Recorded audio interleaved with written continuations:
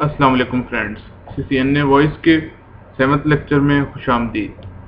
Friends, last lecture में हमने discuss किया था सिस्को स्विचिंग कॉन्सेप्ट्स को, जिसमें हमने वीलैन, इंटर वीलैन राउटिंग और ट्रंक की डिटेल पढ़ी थी। उसमें मैंने आपको बताया था कि जब हम वीलैन यूज़ करते हैं तब पैकेट ट्रैवलिंग कैसे होती है, एक कंप्यूटर से या एक पीसी से या एक एंड पॉइंट से दूसरे एंड पॉइंट तक पूरी की पूरी कम्युनिकेशन मैंने आपको सिस्को पैकेट ट्रेसर में करके दिखाई थी।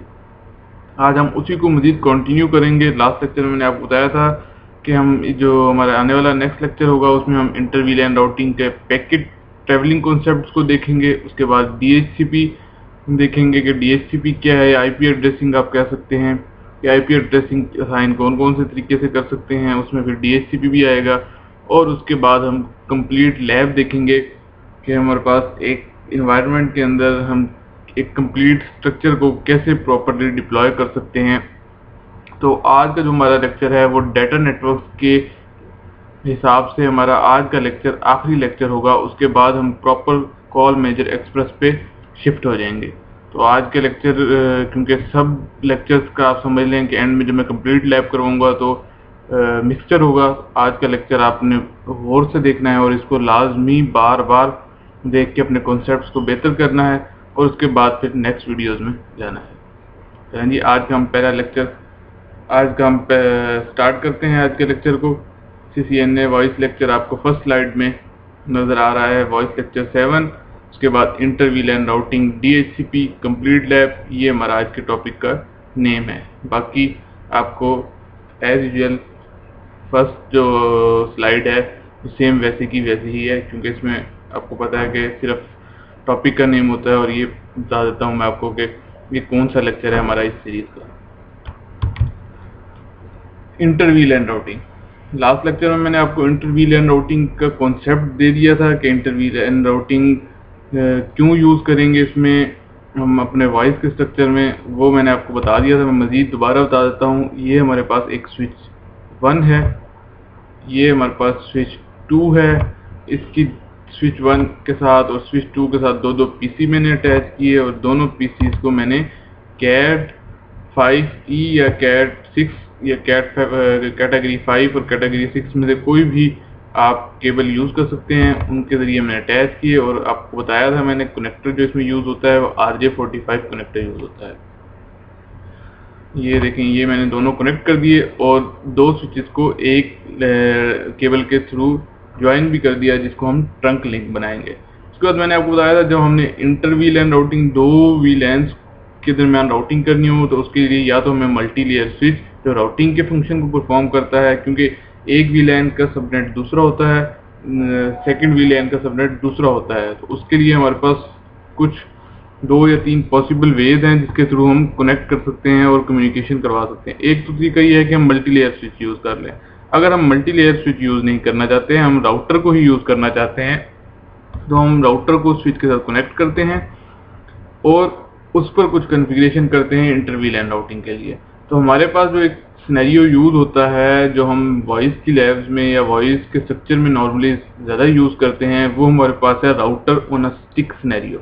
उसमें हम क्या करते हैं, राउटर को एक स्विच के साथ सिर्फ कनेक्ट करते हैं, उस राउटर की इंटरफेस पे सब इंटरफेसेस बना देते हैं, हर वीलैन का अलग सब इंटरफेस, और राउटर उसकी बेस पे कम्युनिकेशन करवाता है। यहाँ तक मैंने आपको बता दिया था कि हम ये फंक्शन बेसिकली परफॉर्म करते हैं। मैं पेन आपको लेके दिखा दूँ। ये हमारे पास राउटर है, इसकी हम पोर्ट पे क्या करते हैं, फॉर एग्जांपल मैंने कहा कि ये हमारे पास वीलैन 10 है और ये वीलैन 20 में, और इसी तरह ये वीलैन 10 में है और ये मैंने कह दिया वीलैन 30 में। ठीक है, अब हम क्या करेंगे कि इस सब इंटरफेस पे, ये फिजिकल इंटरफेस एक ही होगा, इस पे हम 3 सब इंटरफेसेस बना देंगे अगर हमने आपस में इनकी कम्युनिकेशन पॉसिबल बनानी है। तो वो हम कैसे बनाएंगे मैं आपको दिखाता हूँ। ये देखें, यहाँ पे मैंने फॉर एग्जांपल किया, ये इंटरफेस है मेरे पास, कोई भी इंटरफेस है, फास्ट इथरनेट 0/0, इस पे मैंने एक इंटरफेस बनाया 10 के लिए .10, दूसरा इंटरफेस बनाया .20 और तीसरा इंटरफेस बनाया .30। इसे कहते हैं सब इंटरफेसेस बनाना। ये हम इन पे बना देंगे सब इंटरफेसेस और इसके थ्रू हम अपनी कम्युनिकेशन करेंगे। ये मैं आपको लैब के अंदर करके भी दिखाऊंगा कि कैसे बनते हैं, इसके अंदर कॉन्फ़िगरेशन कैसे होती है। लेकिन उससे पहले ये मैंने आपको लास्ट लेक्चर में भी दिखाया था कि इसकी कॉन्फ़िगरेशन हम कैसे कैसे कर सकते हैं। आज हम लैब में भी देखेंगे। इससे पहले कि मैं आपको लैब करवाऊँ, उससे पहले मैं आपको सिर्फ पैकेट ट्रैवलिंग का एक, जो हम पहले भी हम 2 कंप्यूटर्स के दरमियान देख चुके हैं। उसके बाद जब VLAN के कॉन्सेप्ट को पढ़ा तब हमने देखा पैकेट ट्रैवलिंग कैसे होती है, और जब हमने इंटर VLAN राउटिंग करनी है तब हम देखते हैं कि हमारा पैकेट ट्रैवलिंग कैसे होती है। अच्छा, इस चीज़ को देखिए, मैं आपको मज़ीद गाइड करता हूँ कि ये हमने कहा जी, मैंने कहा ये मेरा 10 का नेटवर्क है। ये जो PC1 है ये मेरे पास 10 VLAN में। मैंने सपोज किया कि मेरे पास यहाँ से पैकेट ट्रैवल हुआ, ये मैं पैकेट बना रहा हूँ, ठीक है। उसमें मेरे पास ये पोर्शन डाटा का था,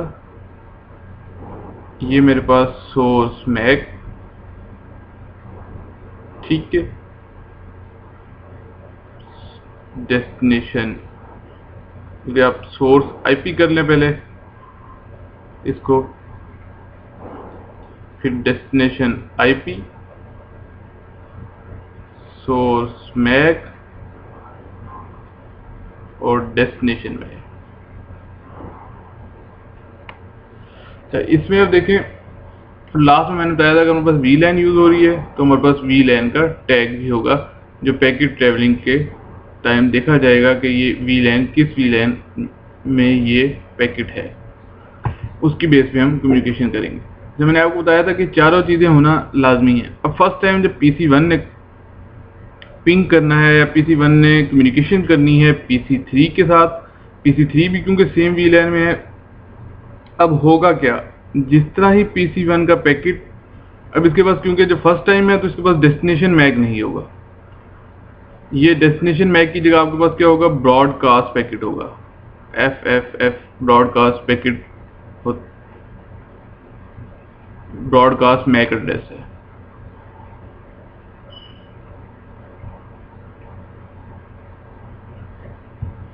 ठीक है जी, इस तरह का ब्रॉडकास्ट आपके पास पैकेट होगा, डेस्टिनेशन मैक में इस तरह का आपके पास एड्रेस होगा। जिस तरह ही वो इसके पास जाएगा, ये देखेगा कि ये, क्योंकि इसको अभी तक इंफॉर्मेशन नहीं पता, डेस्टिनेशन मैक नहीं पता, ये ब्रॉडकास्ट पैकेट है, ये क्या करेगा, ARP चलाएगा, एड्रेस रेजोल्यूशन प्रोटोकॉल। इसका मैंने आपको पहले बताया था कि ARP चलाएगा। ARP बेस पे ये क्या करेगा, ये तमाम उन पोर्ट्स पे सेंड कर देगा जो VLAN 10 का मेंबर होंगे। ठीक है जी, VLAN 10 का मेंबर होंगे, उसके अलावा किसी पोर्ट पे सेंड नहीं करेगा। ये मैंने आपको लास्ट लेक्चर तक समझाया था।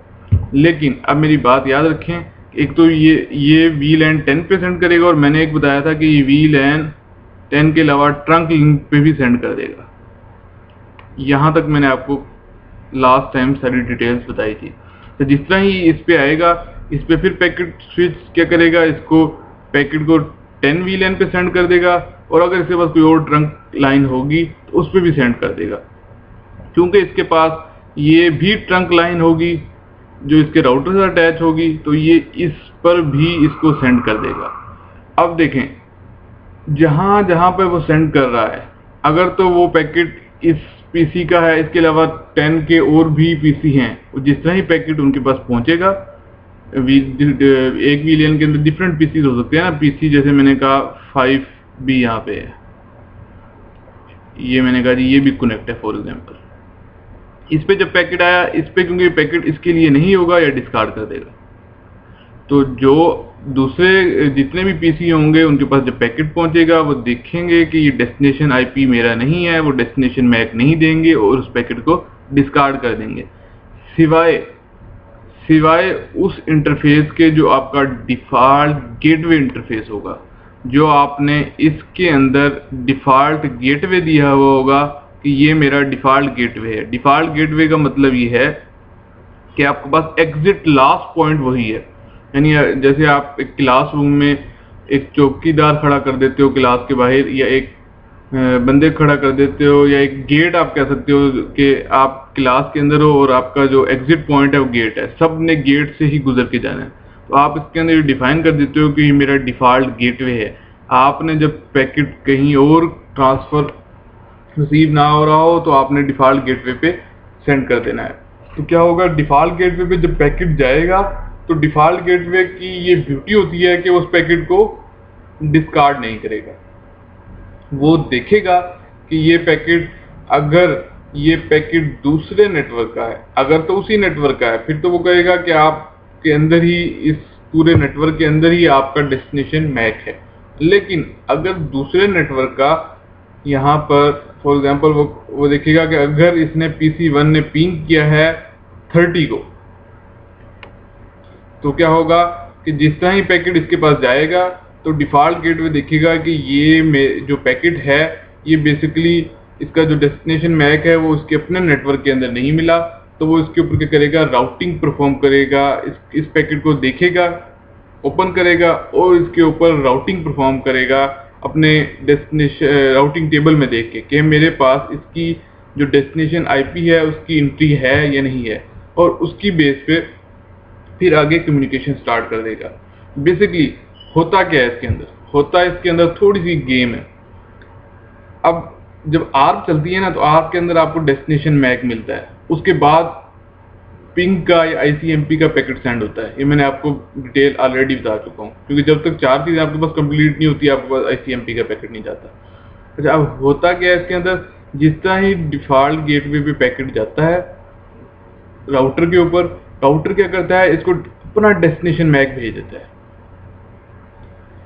क्या करता है, अपना डेस्टिनेशन मैक भेज देता है, ना कि अपने डेस्टिनेशन का मैक भेजता है, अपना मैक भेज देता है। अब इस कहानी को हम कहते हैं प्रॉक्सी आर। क्या कहते हैं, प्रॉक्सी आर।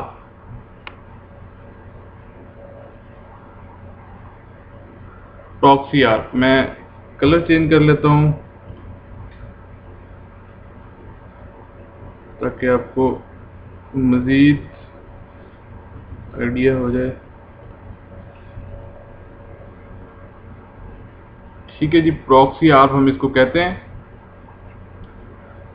अब देखें प्रॉक्सी आर्प क्या होता है। प्रॉक्सी आर्प बेसिकली ये होता है कि जैसे हम अपनी क्लासेस में जब कोई स्टूडेंट नहीं आता था और टीचर अटेंडेंस लगाते थे तो हम उसकी प्रॉक्सी लगा देते थे, हम उसकी फेक हाजिरी लगा देते थे। इसी तरह जो राउटर का जो डिफ़ॉल्ट गेटवे होता है वो क्या करता है, वो कहता है कि अच्छा डेस्टिनेशन मैक जो इसने जिसको रिक्वायर्ड है वो तो अभी मुझे नहीं पता, लेकिन वो क्या करता है, उसको कहता है कि आपके पास जो भी इससे रिलेटेड पैकेट आए, इस डेस्टिनेशन IP से रिलेटेड पैकेट आए, आप क्या करना, उसको डेस्टिनेशन मैक मेरा दे देना। उससे क्या होगा कि वो पैकेट उसके पास आएगा, उसके बाद राउटर उसको डील करेगा।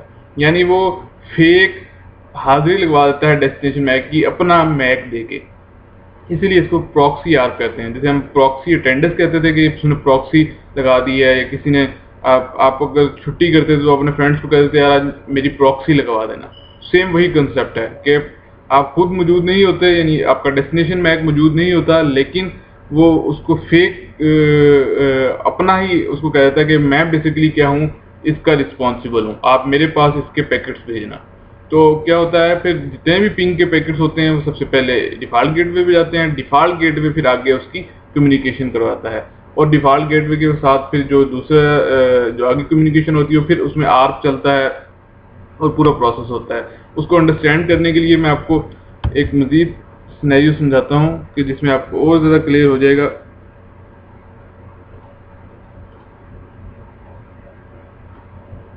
मैं आपको मज़ीद इसमें बता दूँ कि कैसे।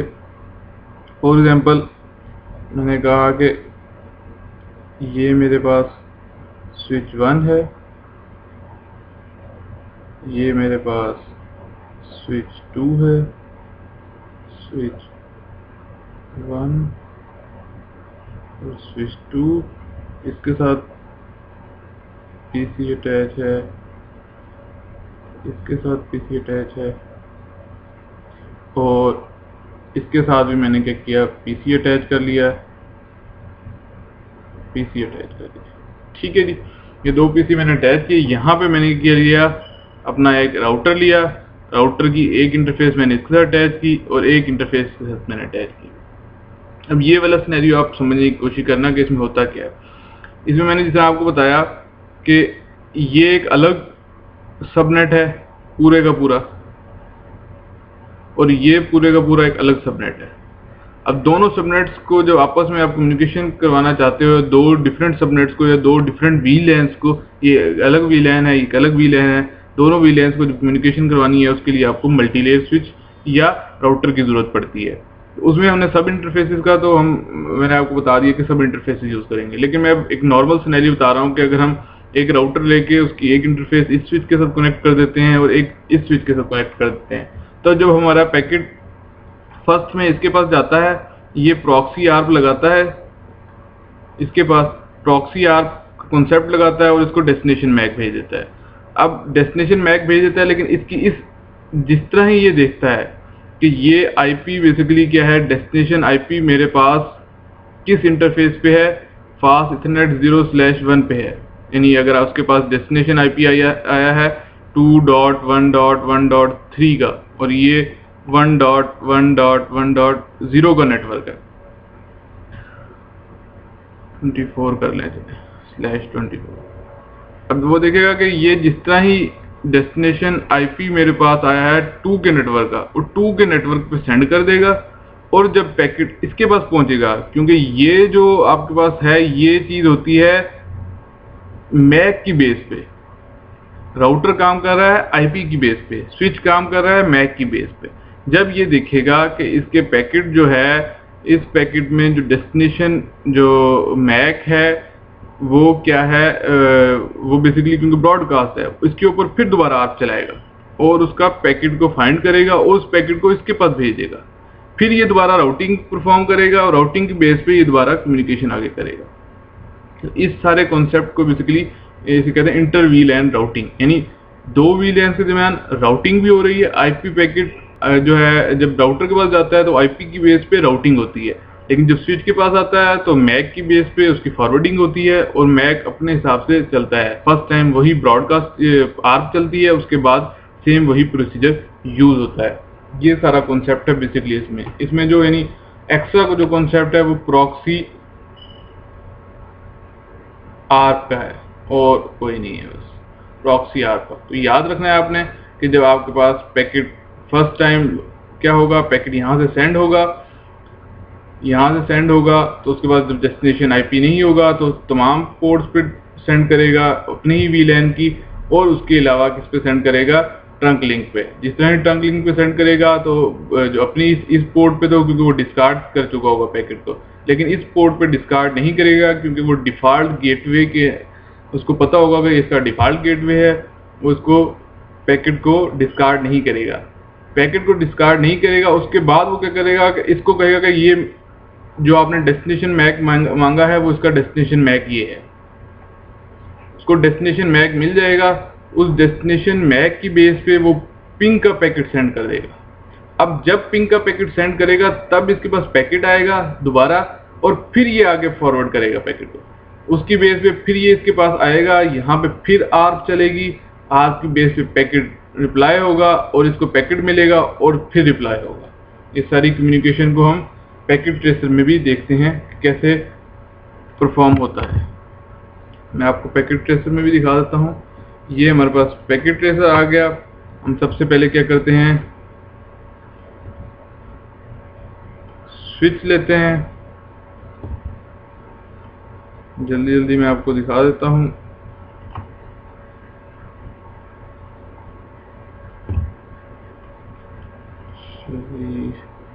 ये हमारे पास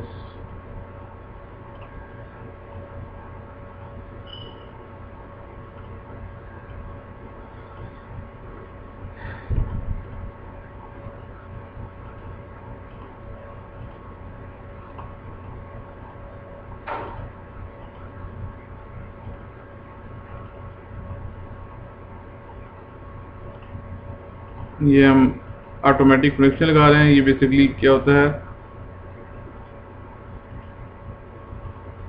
केबलिंग लगाने का तरीका है मैं पहले ऑलरेडी आपको बता चुका हूँ।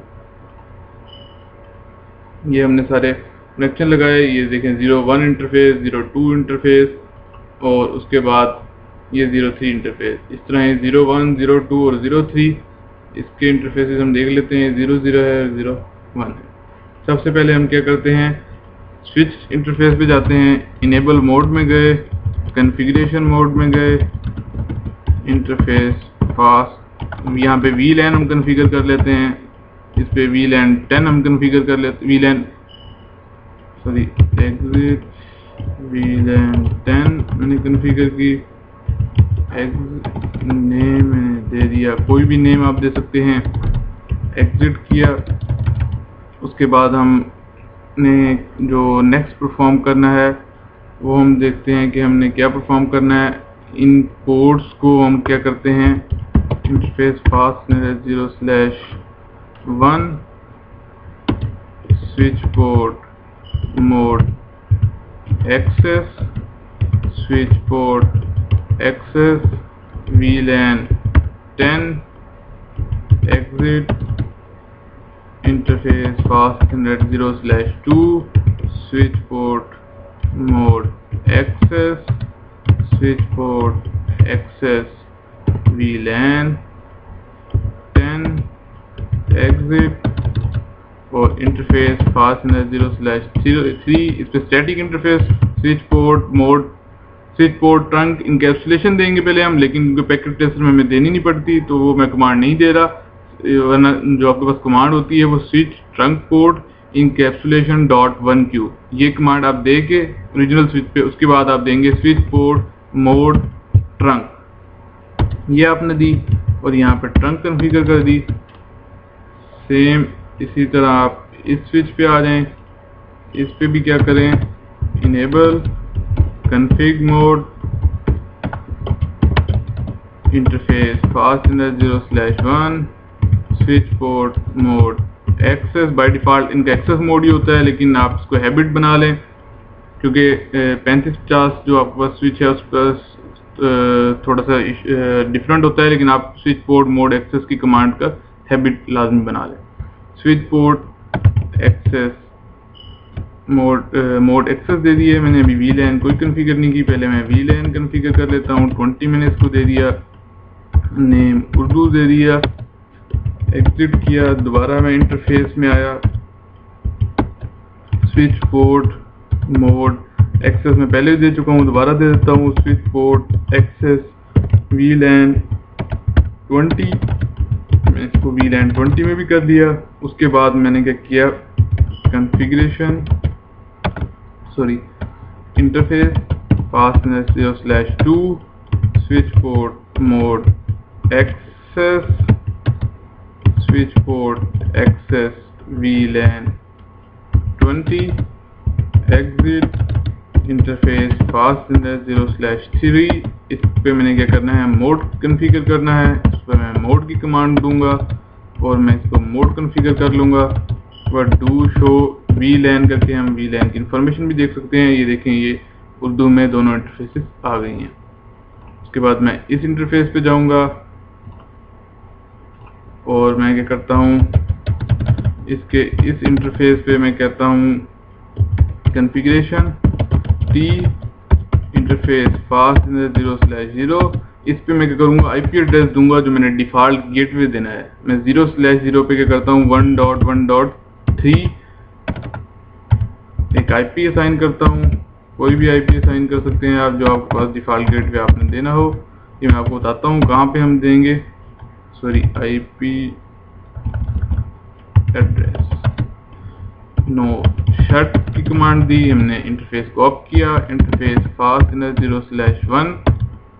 इस पे हमने जाके IP एड्रेस 2.1.1.3 दूसरे इंटरफेस पे दिया मैंने,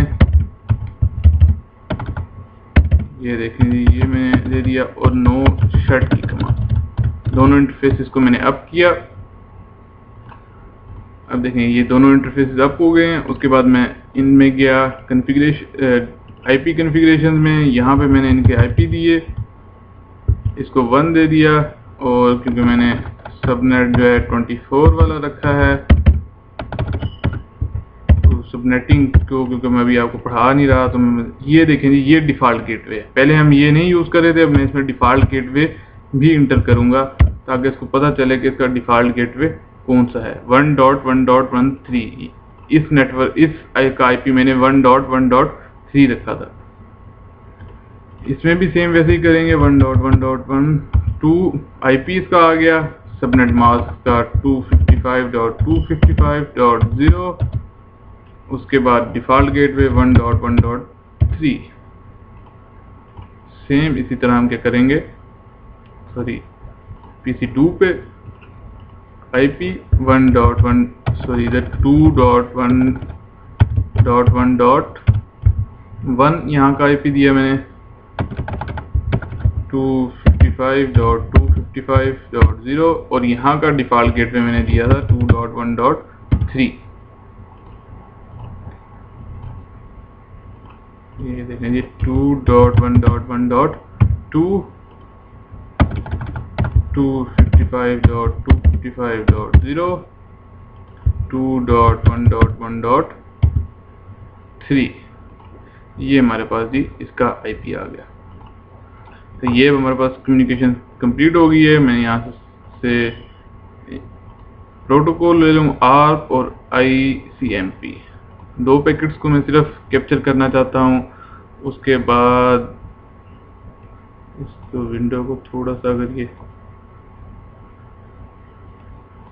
नहीं हो रही, चलें इसको थोड़ा सा ऐसे कर लेते हैं। ठीक है जी, यहाँ से मैंने क्या किया, पैकेट लिया, इससे लिया और मैंने कहा जी इस पे जाए। अब देखें जी हमारे पास क्या होता है। चलिए जी देखते हैं कैसे भी कैप्चर होते हैं। दो पैकेट्स मैंने लिए हैं ICMP के और ARP के। ये देखें जी, ये पहला पैकेट सेंड हुआ, इसने क्या किया, ब्रॉडकास्ट पैकेट FFFF।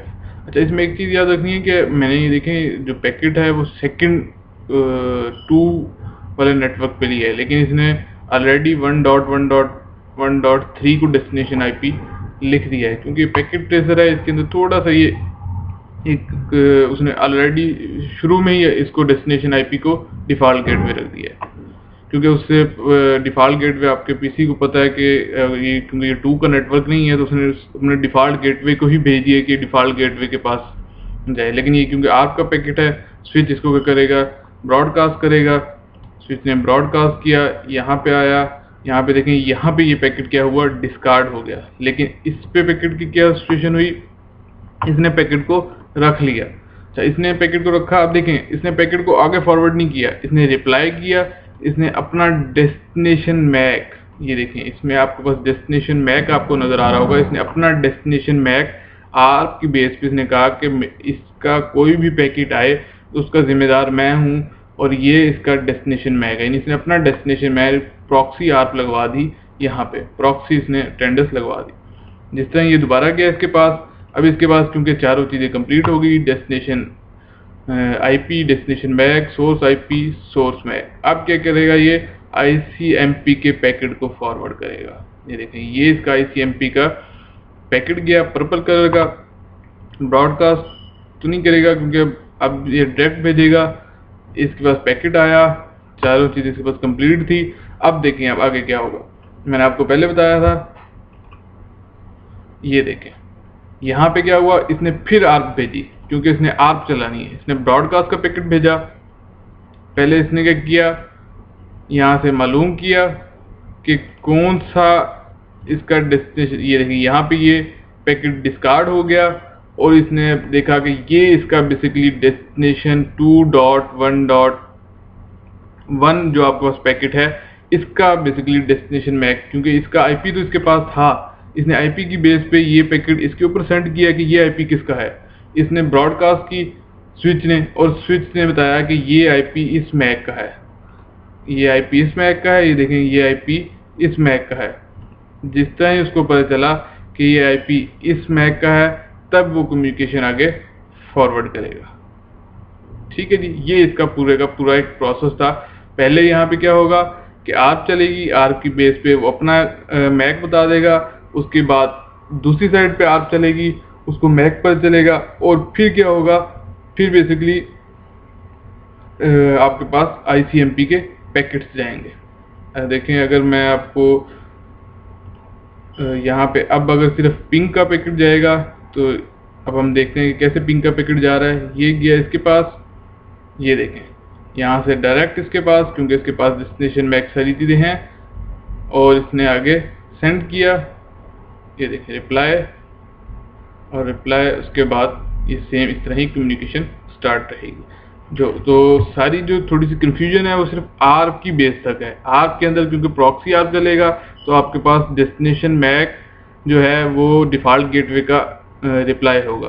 तो याद रखें कि ये क्वेश्चन अक्सर CCNA के पेपर में भी आता है कि हमेशा डेस्टिनेशन मैक और सोर्स मैक चेंज होते हैं। डेस्टिनेशन IP हमेशा सेम रहेगा शुरू से एंड तक। तो सोर्स IP और डेस्टिनेशन IP सेम रहते हैं, डेस्टिनेशन मैक चेंज होता है क्योंकि वो राउटर की बेस पे आगे कम्युनिकेशन कर रहा होता है। राउटर की एक इंटरफेस पे अलग आर्प चलती है, दूसरी पे अलग आर्प चलती है, उसकी बेस पे सारी कम्युनिकेशन होती है।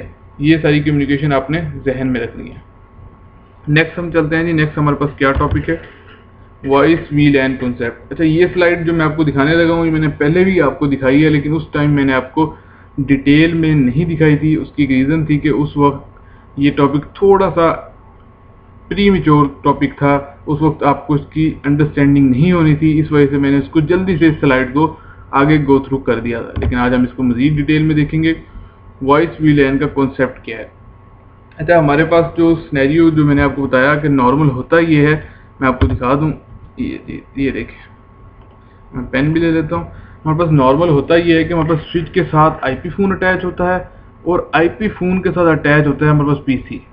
ये हमारे पास सिनेरियो बनता है नॉर्मल इन्वायरमेंट्स में। इसमें हम क्या होता है, इसमें हम वॉइस VLAN भी कॉन्फ़िगर करते हैं, डाटा VLAN भी कॉन्फ़िगर करते हैं। अब मसला ये है कि यहाँ पे जो आपके पास जो केबल यूज़ हो रही होती है वो एक केबल होती है। अब एक केबल के ऊपर जब दो VLANs जो हैं, क्योंकि मैंने आपको बताया था कि एक पोर्ट पे एक ही VLAN, एक्सेस जो पोर्ट होगी उस पे एक ही VLAN होगी, एक्सेस पोर्ट पे एक ही VLAN होगी, और ट्रंक पोर्ट पे क्या होंगी, मल्टीपल VLAN जा सकती हैं, मल्टीपल VLAN। ठीक है। अब मसला ये है कि हमने वॉइस VLAN भी कॉन्फ़िगर करनी है और डाटा VLAN भी कॉन्फ़िगर करनी है सेम पोर्ट के ऊपर, लेकिन हमारी जो पोर्ट है वो एक्सेस पोर्ट है। अब वॉइस VLAN आपको एक ये जो मैंने देखें, ये इसके अंदर ये मैंने दिखाया कि कैसे कनेक्ट होते हैं।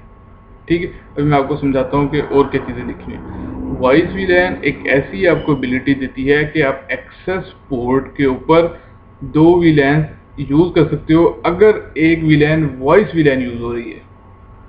अगर एक VLAN वॉइस VLAN यूज़ हो रही है तो आप एक्सेस पोर्ट ही के ऊपर आप उसको यूज़ कर सकते हो, यानी आपकी पोर्ट एक्सेस पोर्ट ही रहेगी, उसको आपको ट्रंक बनाने की ज़रूरत नहीं है।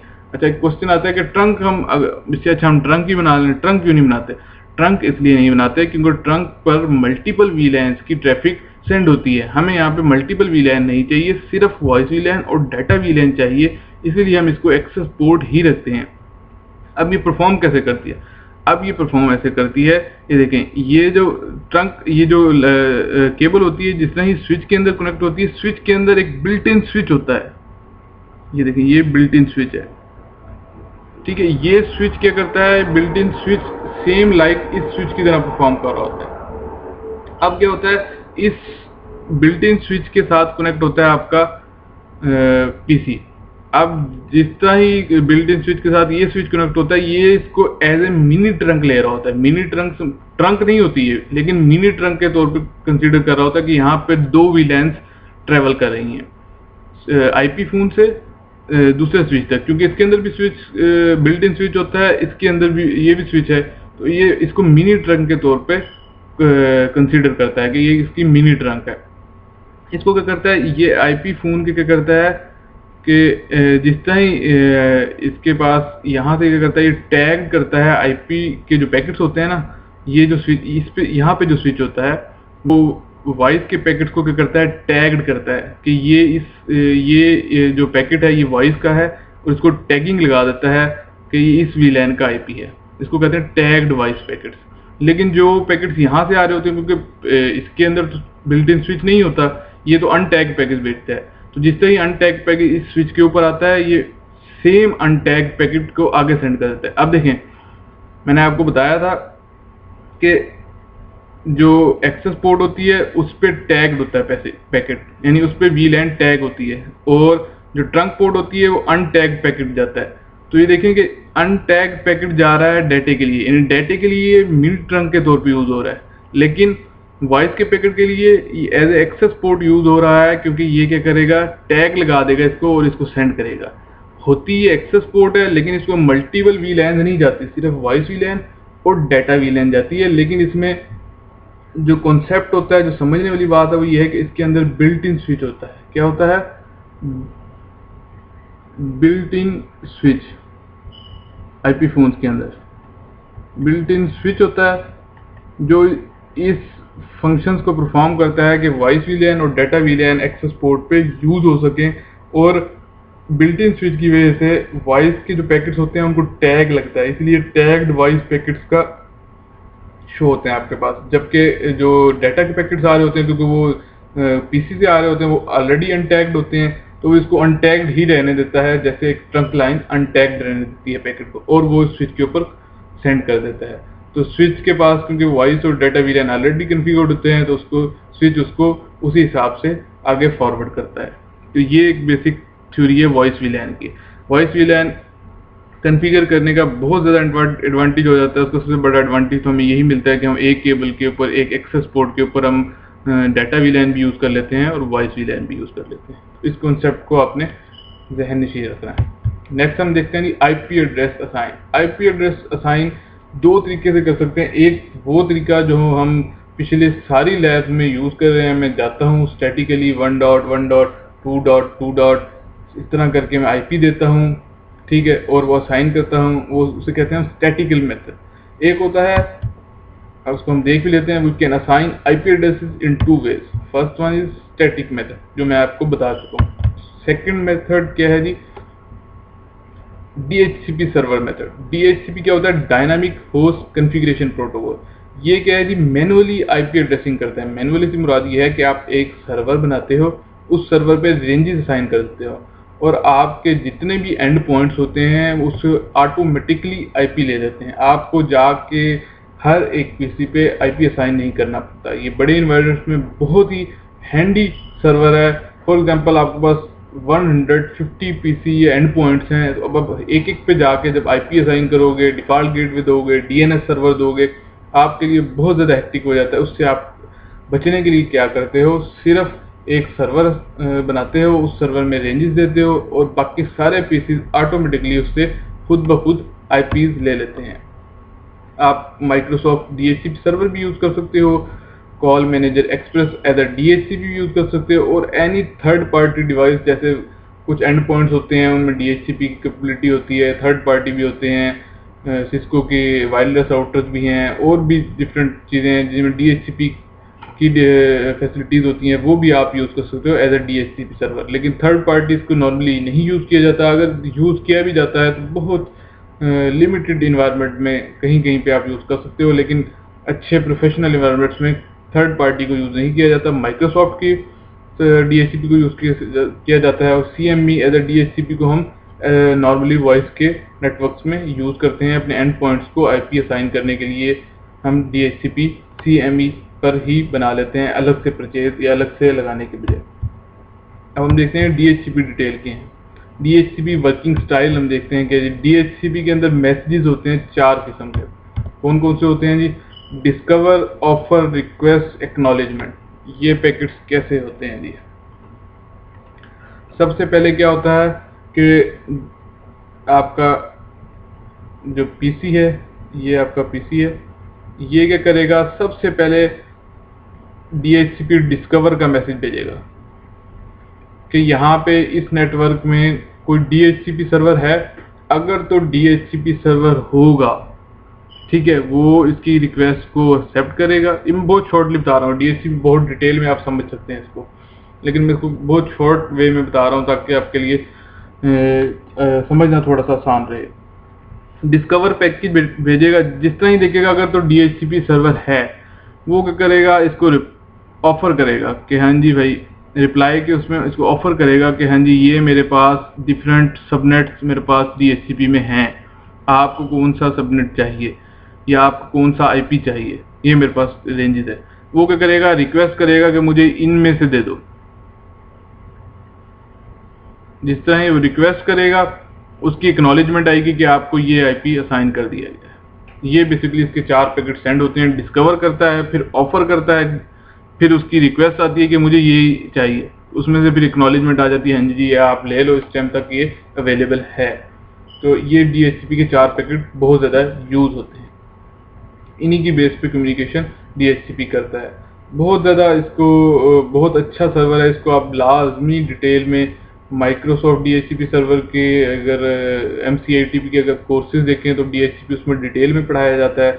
उसकी आप थोड़ी सी अगर एक आधा लेक्चर आप ओवरव्यू कर लें तो आपको ज़्यादा अच्छी अंडरस्टैंडिंग हो जाएगी DHCP के बारे में, क्योंकि ये ऐसा सर्वर है जो आपको हर जगह इन्वायरमेंट में मिलेगा। तो इसको लाजमी इसको आप DHCP माइक्रोसॉफ्ट के हिसाब से भी करना सीखें कि कैसे कॉन्फ़िगर करते हैं, CME के तौर पे भी, और जिन जिन वे से भी हो सकता है, ये आपको बहुत ज़्यादा काम आएगा। मज़ीद हम देखते हैं जी DHCP configuration we follow 3 steps normally. कौन से 3 स्टेप्स होते हैं? एक तो ये है कि हम सबसे पहले असाइन करते हैं जी एक्सक्लूड एनी IP एड्रेसेस, यानी वो अगर हमारे पास एक सबनेट है, उस सबनेट में हम चाहते हैं कि ये हमारे पास 5-6 IP ऐसे हैं जो हम किसी और सर्वर के लिए यूज़ करना चाहते हैं, किसी स्पेसिफिक पर्पस के लिए यूज़ करना चाहते हैं, वो हम रेंज के अंदर साइन नहीं करना चाहते। तो हम क्या करते हैं, उसको अलग से एक्सक्लूड कर सकते हैं कि ये इस रेंज के अंदर शामिल ना हो। मैं आपको बताता हूँ कैसे।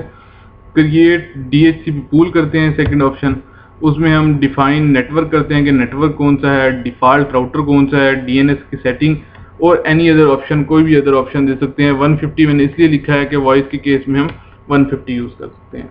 एक्सक्लूड एड्रेस, फॉर एग्जांपल मैंने कहा जी मेरे पास 1.1.1.0 का एक मेरे पास सबनेट है, उसके अंदर मैंने कहा जी पहले जो मेरे 1.1.1.10 तक जो ये मेरे हैं, ये मैंने अपने स्पेसिफिक पर्पस के लिए यूज़ करने हैं। इसको मैं क्या करूँगा, एक्सक्लूड में शामिल कर दूंगा कि एक्सक्लूड IP एड्रेसेस, ये IP एड्रेसेस ना दो जब भी DHCP में से IP पूल में से IP असाइन करो। मैंने पूल दिया, पूल में मैंने नेटवर्क बताया कि मेरे पास ये एक नेटवर्क है, इसमें से आप IP दे दो। तो IP देगा लेकिन इस एक्सक्लूड IP एड्रेसेस में दे देगा। तो ये चीज़ याद करने वाली है। डिफ़ॉल्ट राउटर यानी आपका जो डिफ़ॉल्ट राउटर है उसका IP देंगे, DNS का IP देंगे, और फिर ऑप्शन देंगे। उसकी हम कमांड्स देखते हैं, CME पे हम कैसे दे सकते हैं। Configure IP helper address if necessary. IP helper address command इसलिए यूज़ होती है कि अगर आपका DHCP एड्रेस किसी और सबनेट पे है, फॉर एग्जांपल अभी हमने एक एग्जांपल देखी थी कि एक जो हमारे पास है सबनेट एक राउटर के एक इंटरफेस पे है, दूसरा सबनेट दूसरे इंटरफेस पे नहीं, एक VLAN एक इंटरफेस पे, दूसरी VLAN दूसरे इंटरफेस पे है। तो अगर VLAN 20 में अगर हमारा DHCP है और VLAN 10 के जो हैं एंड पॉइंट्स वो IP लेना चाहते हैं, तो पहले जाते हैं राउटर पे। अब राउटर पे जब ब्रॉडकास्ट डिस्कवर, क्योंकि डिस्कवर ऑफर रिक्वेस्ट एक्नॉलेजमेंट ये ब्रॉडकास्ट पैकेट होते हैं, जिस तरह ही डिस्कवर का ब्रॉडकास्ट पैकेट जाता है राउटर के पास, अब राउटर का बाय डिफॉल्ट बिहेवियर है वो ब्रॉडकास्ट पैकेट को क्या करता है, डिस्कार्ड कर देता है। लेकिन जब IP हेल्पर एड्रेस की कमांड लिखते हो तो उसको बताते हो कि जब भी आपके पास डिस्कवर का पैकेट आए तो आपने DHCP सर्वर के पास भेज देना है। यानी अगर वो दूसरे सबनेट में है तो आपने IP हेल्पर एड्रेस 2.1.1.5 उस पर भेज देना है, वो आपको रिप्लाई करेगा। तो वो रिप्लाई जब करेगा तो वो यूनिकास्ट की फॉर्म में करेगा, ब्रॉडकास्ट की नहीं करेगा। तो IP हेल्पर एड्रेस की कमांड इसलिए यूज़ होती है कि आप क्या कर सकते हो, बेसिकली अगर डिफरेंट सबनेट में DHCP सर्वर हो तो उसको यूज़ कर सकते हो।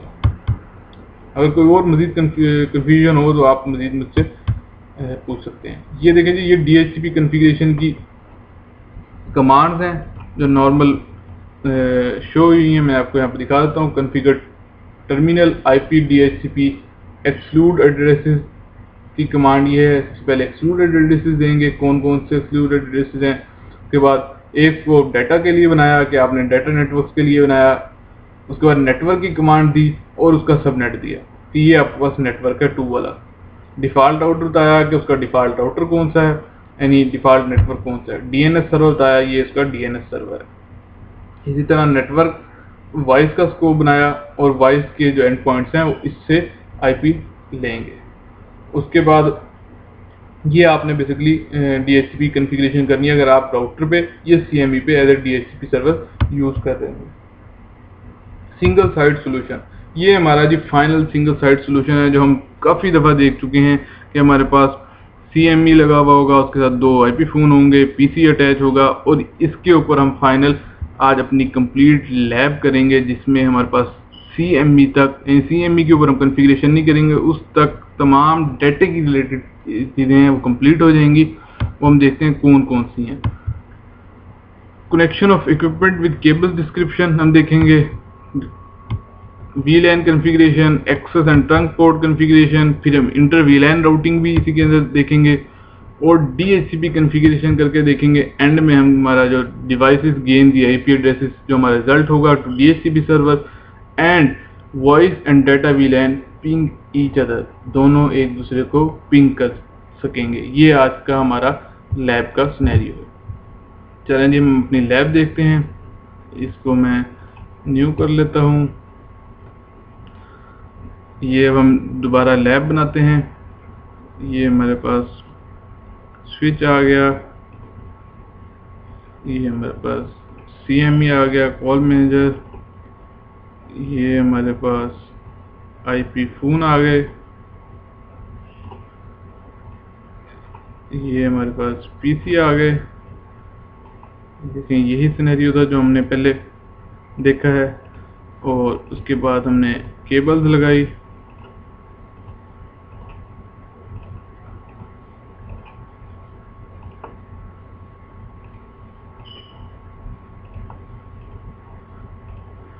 ये हमने केबल असाइन की। उस केबल्स के बाद मैं क्या करूँगा कि पावर दूंगा इनको, क्योंकि हमारे पास पावर अडॉप्टर यूज़ कर रहे हैं, हम पावर ऑफ ईथरनेट स्विच नहीं यूज़ कर रहे हैं। यहाँ पे इनको पावर मैंने असाइन की। ये हमारे पास देखें आईपी फ़ोन अटैच हुए, आईपी फ़ोन के साथ RJ45 के कनेक्टर होंगे, उनको असाइन करेंगे और इस तरह हम कनेक्शन ऑफ केबलिंग करेंगे। यानी पीसी की उस एक पोर्ट से आईपी फ़ोन के अंदर पोर्ट अटैच होगी और आईपी फ़ोन से पीसी के अंदर अटैच होगी। स्विच से आईपी फ़ोन और आईपी फ़ोन से पीसी, स्विच से आईपी फ़ोन और आईपी फ़ोन से पीसी, याद रखना है आपने इस सिनेरियो को। और स्विच से राउटर के दरमियान एक आपके पास ट्रंक लिंक बनेगी। अब हम कॉन्फ़िगरेशन कर देते हैं जी फ्रेंड्स। जैसा कि मैंने आपको बताया कि हम स्टेप बाय स्टेप इसकी कॉन्फ़िगरेशन करेंगे। जिस तरह हम स्टेप वाइज करते जाएंगे कॉन्फ़िगरेशन, हम उसको स्टेप वाइज कॉन्फ़िगरेशन को लिखते भी जाएंगे अपनी लैब के अंदर, ताकि हमें स्टेप वाइज के पता चलता जाए कि ये स्टेप हमारा कंप्लीट हो गया और अभी हमने नेक्स्ट कंप्लीट करना है। सबसे पहले हम कॉन्फ़िगर करेंगे वीलैन। अच्छा, ये सारी कमांड्स मैं आपको बता चुका हूँ। यहाँ पे सिर्फ मैं आपको एक कंप्लीट लैब करके दिखा रहा हूँ कि हम कैसे कॉन्फ़िगर करेंगे। सबसे पहले हम स्विच पे जाएंगे, वीलैन कॉन्फ़िगर करेंगे, उसका मेथड मैंने आपको बताया था। इनेबल मोड पे जाएंगे, कॉन्फ़िगरेशन मोड, कॉन्फ़िगरेशन टी, यहाँ पे वीलैन का वर्ड लिखेंगे और उसका आईडी देंगे। हम कोई भी आईडी दे सकते हैं। मैंने कहा जी वीलैन 10, नेम मैंने कहा जी डाटा की, और एक और वीलैन मैंने कॉन्फ़िगर की वीलैन 20 और नेम मैंने उसका क्या दे दिया, नेम वॉइस। ये जी मेरे पास 2 वीलैन कॉन्फ़िगर होगी। हमें देखने के लिए डू शो वीलैन की कमांड, क्योंकि हम कॉन्फ़िगरेशन मोड पे इसलिए डू लिखेंगे। यहाँ पे हम देखेंगे ये हमारे पास 10 और ये 20, 2 एक्स्ट्रा वीलैन हमारे पास कॉन्फ़िगर हो गई हैं। बाय डिफ़ॉल्ट एक ही वीलैन होती है जो वीलैन 1 होती है, वो बाय डिफ़ॉल्ट होती है और तमाम पोर्ट्स बाय डिफ़ॉल्ट वीलैन का मेंबर होती हैं। अब हमने क्या करना है, जो हमारी रिक्वायरमेंट है, जो हमारी पोर्ट्स हैं, उसको हमने डाटा वीलैन और वॉइस वीलैन का मेंबर बनाना है। अभी सारी पोर्ट्स के हैं वीलैन 1 का मेंबर है। तो सेकंड स्टेप हमारा क्या है, हम यहाँ लिख लेते हैं एक्सेस पोर्ट जितनी भी है हमारी एक्सेस पोर्ट्स असाइन इन VLAN, तो हम क्या करेंगे कि उनको असाइन करेंगे VLAN में। एक्सेस पोर्ट्स हमारी ये वाली F0/1 और F0/2, ये जो हमारी दो ये हैं, और ये F/03 है हमारी। इस पे हम स्विच पे दोबारा जाएंगे, यहाँ से हमको करेंगे इंटरफेस फास्ट इथरनेट 0/1, यहाँ से इसको 0/1 देंगे, और उसके बाद हमने कॉन्फ़िगरेशन से एक जैसी करनी है। आप रेंज की कमांड से दोनों भी कर सकते हैं, लेकिन मैं आपको अलग अलग अभी करके दिखा रहा हूँ क्योंकि आपकी इनिशियल स्टेज है। स्विच पोर्ट मोड देंगे यहाँ पे access switch port access VLAN। किस VLAN का मेंबर बनाना है? मैंने कहा जी डाटा VLAN का 10 का। ये हमारे पास जो है डाटा VLAN को एक्सेस करने के लिए या किसी भी एक्सेस पोर्ट को VLAN का मेंबर बनाने के लिए यही कमांड होती है, स्विच पोर्ट एक्सेस VLAN, और उसके बाद VLAN का ID जिसका आपने उसको मेंबर बनाना है। ये डाटा VLAN का मेंबर बन गई है, लेकिन हमारे सिनेरियो में हमने उसी पोर्ट को वॉइस VLAN का मेंबर भी बनाना है। वॉइस VLAN के लिए कमांड जो होगी स्विच पोर्ट वॉइस VLAN और 20, ये हमारे पास जी 20 की भी बन गई। इसी तरह हमारे पास interface fastnet 0/2 switch port mode access switch port access VLAN 10 switch port voice VLAN 20 exit. ये हमारे पास क्या होगी, दो पोर्ट्स को हमने एक्सेस और VLANs का पोर्ट्स को VLANs का मेंबर बना दिया। अब उसके बाद जो हमारे पास थर्ड स्टेप होगा, हम क्या करेंगे, इस इंटरफेस को इंटरफेस फास्ट इथरनेट 0/3 को हम क्या करेंगे, ट्रंक लिंक बनाएंगे। Configure trunk port on switch, ये हमारा जी थर्ड स्टेप होगा। अच्छा जी, दोबारा इस पे जाएंगे, इंटरफेस फास्ट इथरनेट 0/3, जो नॉर्मल स्विचेस में कमांड यूज होती है, यहाँ पैकेट ट्रेसर में इस स्विच के अंदर ये यूज नहीं होती। स्विच पोर्ट क्योंकि पुराना इसमें स्विच है, switch port trunk encapsulation .1q, ये कमांड आप देके इंटर करेंगे, लेकिन इसमें इंटर नहीं होगी क्योंकि इसमें ऑलरेडी .1q को एक्सेप्ट कर लेता है। उसके बाद जो नेक्स्ट कमांड होगी स्विच पोर्ट मोड ट्रंक, वो हम देंगे और हमने अपनी ट्रंकिंग इसमें इनेबल कर लेंगे। स्विच, ये दो कमांड्स आप देंगे तो आपकी स्टैटिक ट्रंकिंग इनेबल हो जाएगी। यहाँ तक आपने ट्रंकिंग इनेबल कर दी। अब हम क्या करेंगे, राउटर के ऊपर इंटर VLAN राउटिंग कॉन्फ़िगर करेंगे। इंटर VLAN राउटिंग हम कॉन्फ़िगर करेंगे ऑन राउटर या CME, आप इसको कह सकते हैं कॉल मैनेजर एक्सप्रेस, जिस पे भी आप करना चाहें। ये जो हमारे पास कॉल मैनेजर एक्सप्रेस है, और इसकी इंटरफेस आपके पास कौन सी है, फास्ट इथरनेट 0/0। यहाँ से आएंगे आप नो करेंगे, इनेबल मोड पे आएंगे, कॉन्फ़िगरेशन मोड पे, और यहाँ पे इसके इंटरफेस में जाएंगे। इंटरफेस में जाके सबसे पहली कमांड मैंने आपको बताई थी, नो IP एड्रेस। आपने नो IP एड्रेस करना है, नो शट की कमांड देनी है, इंटरफेस अप हो गया। अब आपने क्या करना है, सब इंटरफेसेस बनाने हैं। फास्ट इथरनेट 0/0 मैंने कहा जी डाटा जो VLAN है उनके लिए एक सब इंटरफेस है, क्योंकि वो डाटा VLAN के मैंने ID 10 रखा था, इसलिए मैं इसके सब इंटरफेस का ID .10 रख देता हूँ। इस ID को आप कुछ भी रख सकते हैं, लेकिन आप याद करने के लिए हमेशा वही IDs रखें जो आपके VLAN का मेंबर हो, तो आपको फ्यूचर में जब भी आप देखेंगे कौन सा इंटरफेस है, आपको फौरन अंदाजा हो जाए ये किस चीज़ का इंटरफेस है। आपने यहाँ पे IP एड्रेस दें, मैंने कहा जी ये इसका IP है 255.255.255.0।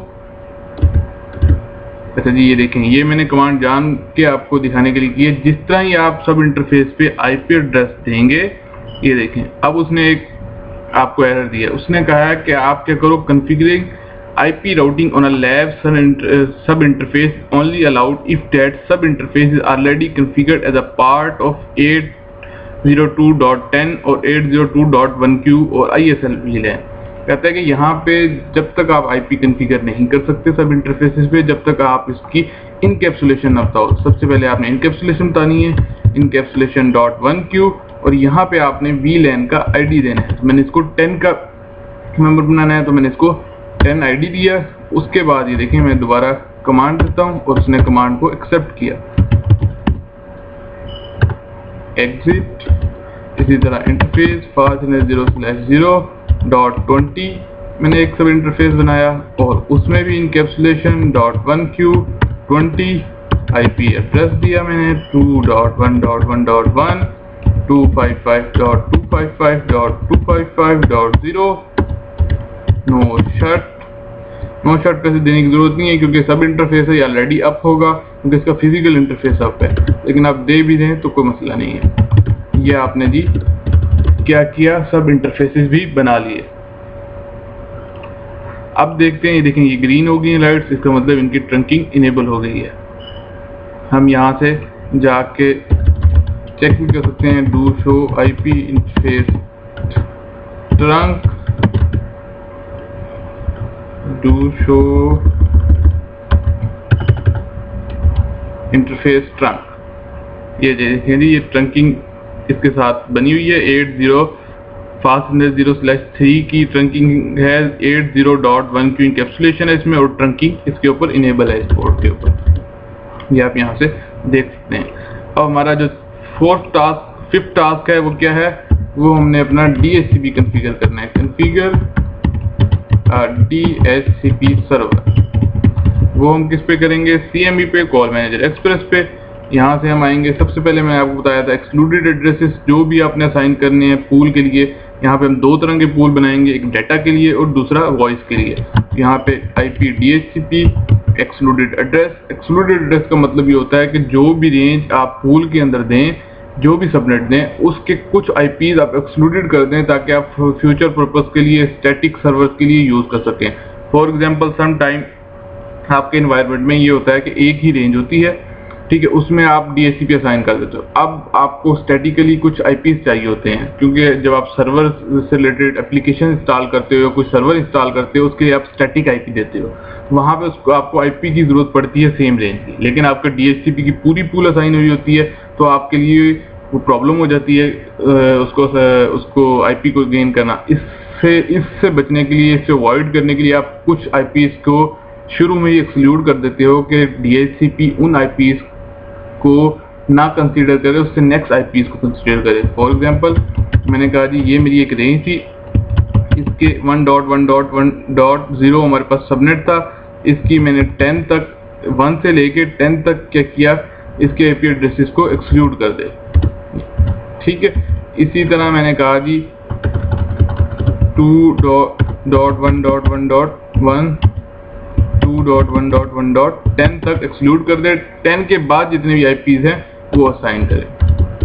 उसके बाद हम IP DHCP पूल बनाएंगे, पूल डाटा, नेटवर्क दिया हमने 1.1.1.0 और ये देखें इसका नेटवर्क मास्क भी देना है 2.55.255.255.0। उसके बाद इसका आप डिफ़ॉल्ट राउटर भी दे सकते हैं। इस केस में वैसे कोई भी आपका डिफ़ॉल्ट राउटर हो सकता है, इसकी मैं डिटेल को आपको बाद में बताऊंगा, लेकिन मैं इसमें कंसीडर कर रहा हूं कि इसका डिफ़ॉल्ट राउटर खुद ही है। DNS सर्वर दे सकते हैं यहाँ पे, वो भी मैं कंसीडर कर रहा हूँ कि खुद है। ये आप चीज़ें इसमें असाइन कर सकते हैं। इसी तरह आप IP DHCP pool voice configure कर सकते हैं, उसमें नेटवर्क दे सकते हैं 2.1.1.0 255.255.255.0 और उसके बाद डिफ़ॉल्ट राउटर आप असाइन कर सकते हैं 2.1.1.1। DNS सर्वर आप असाइन कर सकते हैं और इसके अंदर एक कमांड होती है ऑप्शन की। ये ऑप्शन की कमांड इसलिए यूज़ करते हैं कि जिस तरह ही आपका IP फ़ोन आईपी हासिल कर लेता है तो वो अपने टीएफटीपी सर्वर के आईपी को फाइंड करता है, क्योंकि उसने जो कॉन्फ़िगरेशन फाइल है वो टीएफटीपी के सर्वर से लेनी होती है। उस टीएफटीपी सर्वर को साइन करने के लिए ऑप्शन 150 आईपी की कमांड और आईपी जो होगा टीएफटीपी का वो देना पड़ेगा, क्योंकि सीएमई में हम सीएमई कॉल मेजर एक्सप्रेस को ही टीएफटीपी यूज करते हैं, तो हमारे पास वो आईपी आ जाएगा ये वाला। ये आप देंगे और इसको एग्जिट करेंगे, ये आपकी कॉन्फ़िगरेशन डीएचसीपी सर्वर की कंप्लीट हो जाएगी। अब हम देखते हैं कि हमने जो अभी तक किया है वो क्या इम्प्लीमेंट सही हो सकता है, हुआ है या नहीं हुआ। कॉन्फ़िगरेशन मोड पे जाएंगे, यहाँ से इसको सेट जो है हम डीएचसीपी करेंगे और देखेंगे, देखें 1.1.1.10 से नहीं लिया उसने, 11 से आगे लिया है, क्योंकि 10 तक हमारे पास एक्सक्लूडेड आईपी एड्रेस थे। उसके बाद सबनेट मास्क लिया उसने, डिफॉल्ट गेटवे और डीएनएस सर्वर, डीएचसीपी से इसने खुद ब खुद ये गेट कर ली है इंफॉर्मेशन। इसी तरह हमने इसमें देखा,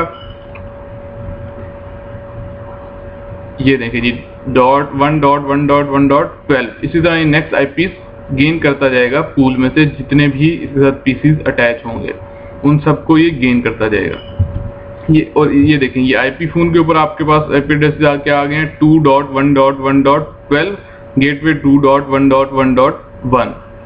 इसी तरह इस पे इसने आईपी नहीं लिया, इसको आप एक दफा अगेन करके देख लें, स्टार्ट कर लें जरा इसको,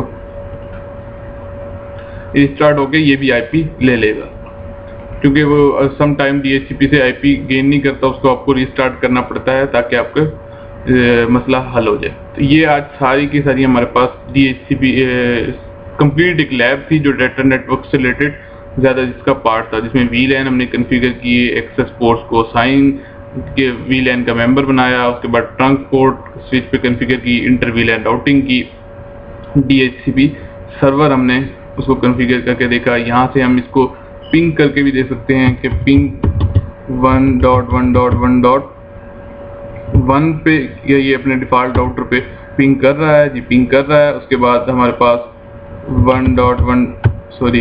पिंग 11 पे कर रहा है जी, 11 पे भी कर रहा है, और 12 हमारे पास था, 12 पे भी कर रहा है। इसी तरह 2.1.1.12 ये हमारे पास आईपी था।